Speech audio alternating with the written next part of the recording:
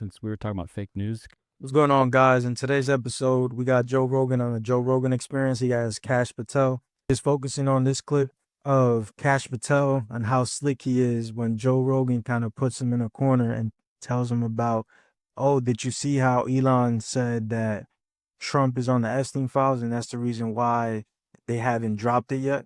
And we're going to see how slick and maneuverable is Kash Patel, how he deflects everything and moves on. Let's get into this. This is going to come up because it's been going on since we've been recording here. Elon and Trump seem to be in a bit of a spat, Joe. You want to check the tweet that Elon just put out a little bit ago? Time to drop the really big bomb. Donald Trump is in the Epstein files. That's the real reason they have not been made public. Have a nice day. Jesus Christ. I'm not participating in any of that conversation. What is Elon? Have a nice day, DJG. So much day gets flown away. They're going back and forth about different things. Yeah. Well, he said he was disappointed in Elon. Yeah, he told him to leave. Jesus Christ, that's a crazy thing to say. How does he know? Does he know that Donald Trump is in the Epstein files? Or does he have access to the Epstein files? I don't know how he would, but I'm just staying out of the Trump Elon thing. That's way outside my lane. What the fuck are they doing? I know my lane and that ain't it. I just don't. So right there, when Kash Patel is like, I stay in my lane, that's not my lane.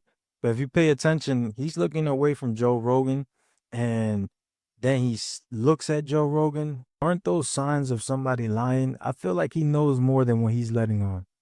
What do you guys think? Drop your thoughts in the comments. I mean, I understand he owns Twitter. I think it's bad for your mental health. I think posting things public all day and arguing with people all day is bad for you. Well, you raise a great point. Sorry to cut you off. Go ahead. Half of what we have to respond to is the click army on social media. Right. Right. And 50% of that plus is bots. 50% of that plus is bots, but let's take the other 50% of that. It's just constantly pushing out information to sell t-shirts or subscriptions or whatever, listen to my show. And then people are like, hey, FBI, why aren't you looking at this thing in Oklahoma? And I'm like, because it's fake. I don't have time for that. And Right. and so to your point on like social media does have a great use in terms of me. And so the reason Dan and I don't do a lot of media is because we're the FBI. Like, let our work speak for itself. Right. But we have to find the right balance of going to do media and posting on social media the things we're doing and keeping people updated. And so that's the delicate balance we're trying. But what I'm learning is no matter what you do, it doesn't matter. It's going to just completely not make everyone happy.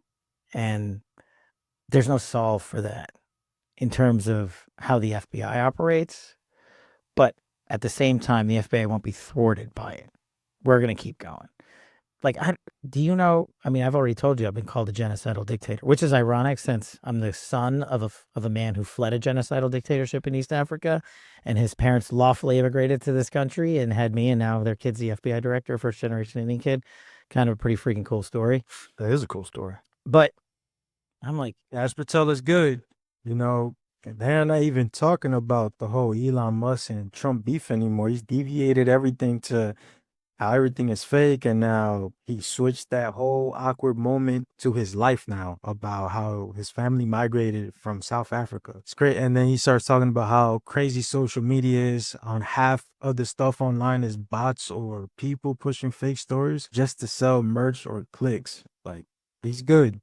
He's good. But this, just because of this whole deflection that he did, I personally feel like he knows the reason why they Elon and Trump are beefing right now. He even says, like, then he shares something personal, like, says people online have called him a genocidal dictator.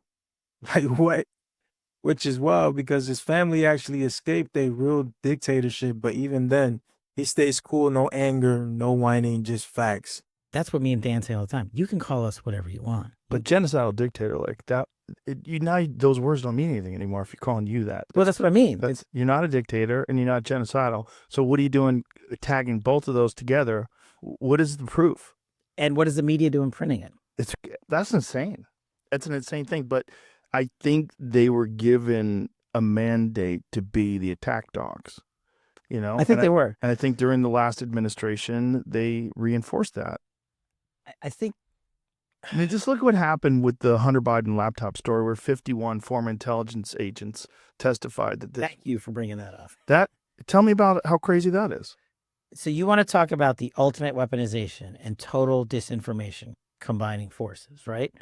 A week before the election, when Biden and Trump were running against each other, maybe a week or 2 weeks before that, right? A guy who used to be